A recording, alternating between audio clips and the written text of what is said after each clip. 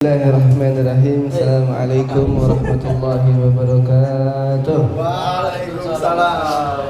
Alhamdulillah, innal hamdalillah nahmaduhu wa nasta'inuhu wa nastaghfiruh wa na'udzu billahi min shururi anfusina wa min sayyiati a'malina. May yahdihillahu fala mudilla lahu wa may yudlilhu fala hadiya lahu. Asyhadu an la ilaha illallah wa asyhadu anna Muhammadan abduhu wa rasuluh. Allahumma salli wa sallim وبارك وكرم على سيدنا وحبيبنا وشفيعنا وقرة أعيننا ومولانا محمد وعلى آله وصحبه أجمعين. أما بعد. Puja serta syukur kehadirat Allah Subhanahu wa taala yang mana telah memberikan kita berbagai macam nikmat, yakni nikmat iman, ihsan dan sehat walafiat, sehingga kita dapat bermuajah di tempat yang barokah ini. Salawat beriring salam marilah kita curahkan kepada junjungan Nabi besar Muhammad sallallahu alaihi wasallam, keluarga dan para sahabat dan kita selaku umatnya insyaallah mendapatkan syafaat di yaumil akhir nanti. Budaya saya di sini tidak panjang lebar, 5-10 menit, yaitu tentang salat. Ma huwa salat? Apa itu salat? Salat itu adalah perbuatan ibadah yang wajib bagi umat muslim, baik laki-laki maupun perempuan. Ada yang tahu nggak nih dapat hadiah nih? Salat. Salat itu rukun iman yang keberapa? 3. Kalau benar nih dikasih hadiah. 3. Yang ke? 3. Salah. 1. 2. Benar. Nih Bang Kaca benar. Hadiahnya. Ya. Rukun salat itu adalah rukun iman yang kedua. Kenapa nggak yang pertama? Kenapa nggak syahadat yang kedua, syahadat yang ketiga atau keempat? Kenapa? Karena kalau kita sholat dulu nih tanpa melakukan syahadat, diterima nggak sholatnya? Kagak. Walaupun kita berbuat baik apapun, puasa 1 tahun pun, itu kalau kita mengucap syahadat nggak bakal diterima sholat kita, sia-sia. Rasulullah SAW sabda, Inna as-salatu imaduddin. Salat itu adalah tiang agama. Kalau kita ibaratkan rumah, salat itu sebagai fondasi atau tiang. Sebagaimana kalau misalkan rumah tanpa tiang atau fondasinya jelek atau rusak, bakal kuat lama nggak tuh rumah? Nggak bakal kuat lama, bakalan hancur. Begitu juga dengan iman kita. Kalau kita sholat jarang, kita nggak sholat, maka iman kita dapat diacak-acak sama orang lain. Ya. Kata Rasulullah Sallallahu Alaihi Wasallam bersabda, "Awwalu ma yuhasabu bihil abdu yaumal qiyamah as-shalah. Fa inna salaha lahu sa'irul amali, fa inna fasada sa'irul amali." Kata Rasulullah SAW, amal yang paling pertama dihisab di yaumil akhir nanti yaitu salat. Apabila salat kita baik, maka seluruh amalan kita baik. Dan juga apabila salat kita buruk, maka seluruh amalan kita buruk. Ana punya guru Abu Ki Haji Abdullah Husain, waktu itu lagi di Malang. Pada saat itu kita sholat subuh tuh telat. Beliau ngomong, sholat itu subuh itu terutama subuh itu diperbaikin. Soalnya kenapa? Kalau subuh kita baik, insya Allah Juhud asar juga pasti baik. Nah kalau sholat subuhnya telat, kita nggak sholat subuh, itu kehidupan setelahnya bakalan buruk juga. Nah tapi kebanyakan kita ini, giliran kita nih lagi susah banget, itu baru kita ibadah, ingat Allah, sholat, tahajud, kita berdoa malam-malam, sholat duha. Nah giliran kita punya harta nih, harta kita banyak nih, itu kita kadang-kadang suka lupa sama Allah. Kadang-kadang kita mau ibadah juga, males lah. Kita mau tahajud, males lah, ngantuk. Nah, sebagaimana kayak sahabat Nabi Muhammad SAW, yaitu Sa'labah bin Sa'labah. Dulu Sa'labah ini orangnya miskin, orangnya sangat miskin, sehingga dia punya pakaian ibadah itu cuma satu.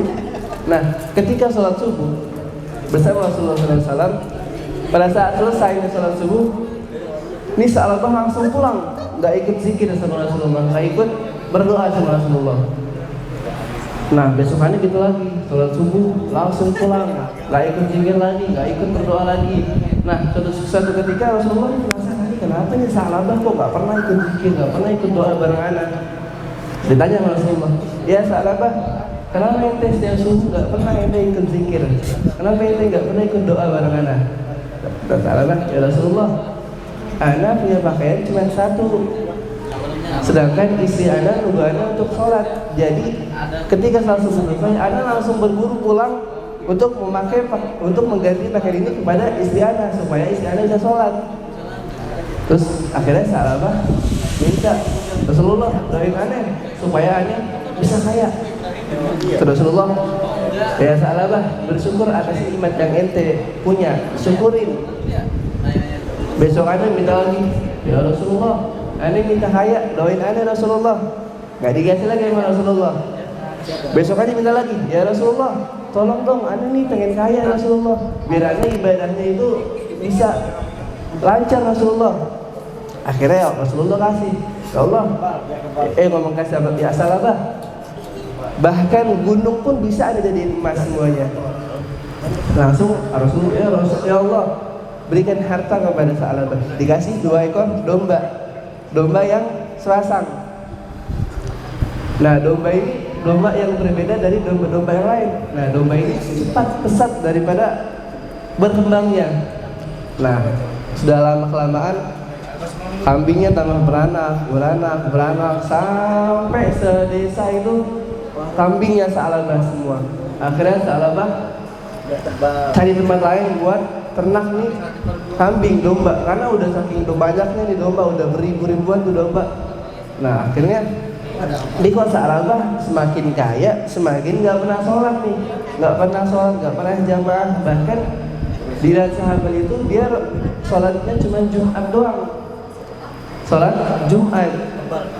Besokannya jujur lagi, kok Sa'labah nggak? Nah, lama-lama dia nggak sholat Jumat, dia sibuk ngurusin dombanya. Astagfirullahaladzim. Suatu saat Allah Subhanahu wa taala itu memerintahkan Rasulullah untuk membayar zakat.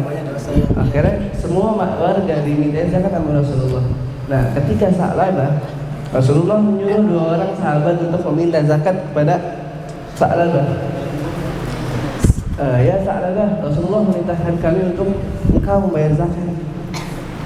Terus akhirnya dikasih waktu masalah ini harta anak yang anak punya dari kecil sampai sekarang. Akhirnya nggak dikasih. Akhirnya 2 sahabat ini ngadu ke Rasulullah, ya Rasulullah, anak dikasih waktu masalah gini. Sa'labah mengasih zakatnya Rasulullah. Akhirnya besokannya minta lagi, nggak dikasih lagi. Terus akhirnya Rasulullah, Allah keluarin ayat. Langsung sahabatnya bilang nih ke Sa'labah, ya Sa'labah, ini Allah keluarin ayat untuk ente gini. Langsung Sa'labah tarik ke Rasulullah. Rasulullah, ini anak biar zakat. Sama Rasulullah nggak terima. Allah merintahkan anak untuk nggak menerima zakat ente, nggak diterima tuh. Akhir kalam Rasulullah meninggal, turunlah ke Sayyidina Abu Bakar As-Siddiq. Bayar zakat ke Abu Bakar As-Siddiq. Ya Abu Bakar As-Siddiq, ada mau bayar zakat. Ada Abu Bakar As-Siddiq, Rasulullah aja nggak terima zakat ente, apalagi anak. Ada Abu Bakar As-Siddiq. Nah, Abu Bakar As-Siddiq meninggal, turun Khalifah Umar bin Khattab. Bayar zakat lagi Umar bin Khattab, anak mau bayar zakat. Rasulullah masih Abu Bakar aja nggak mau terima zakat ente, apalagi anak, kata gitu. Nggak lama lagi Sayyidina Umar bin Khattab meninggal, turunlah Khalifah Utsman bin Affan. Utsman bin Affan, aneh mau bayar zakat karena aneh nggak diterima sama Rasulullah, Abu Bakar sama Umar. Kata Utsman bin Affan, mereka aja nggak nerima zakat ente, bahkan itu perintah Allah, gimana aneh mau terima? Nah, akhirnya Sa'labah meninggal di zaman Utsman bin Affan dan zakatnya sampai sekarang nggak diterima. Nah, makanya kesimpulannya, selagi kita punya harta, selagi kita masih kuat untuk sholat, kita sholat. Sholat itu hukumnya wajib apa sunnah? Wajib. Hatta kita sakit pun wajib juga sholat. Wajib. Kalau kita nggak bisa diri, ya duduk. Duduk nggak bisa, ya tiduran. Tiduran kita nggak bisa sholat nih, nggak bisa wudhu. Minimal saudara kita yang mahram wuduin sholat, wuduin tuh yang lagi sakit. Tapi kita nggak bisa gerak tangannya, kakinya nggak bisa gerak, gimana mau sholat? Kalau mata masih bisa kedip, isyarat dengan mata. Kalau mata udah nggak bisa kedip, ya udah mati itu. Makanya selagi masih ada waktu kita perbaikin sholat, sholat. Kita punya harta walaupun banyak atau dikit, tetap bersyukur, tetap sholat kepada Allah. Jangan kita punya harta banyak kita lari dari Allah, jangan. Nah, itu aja ceramah dari saya. Ada yang mau bertanya mungkin?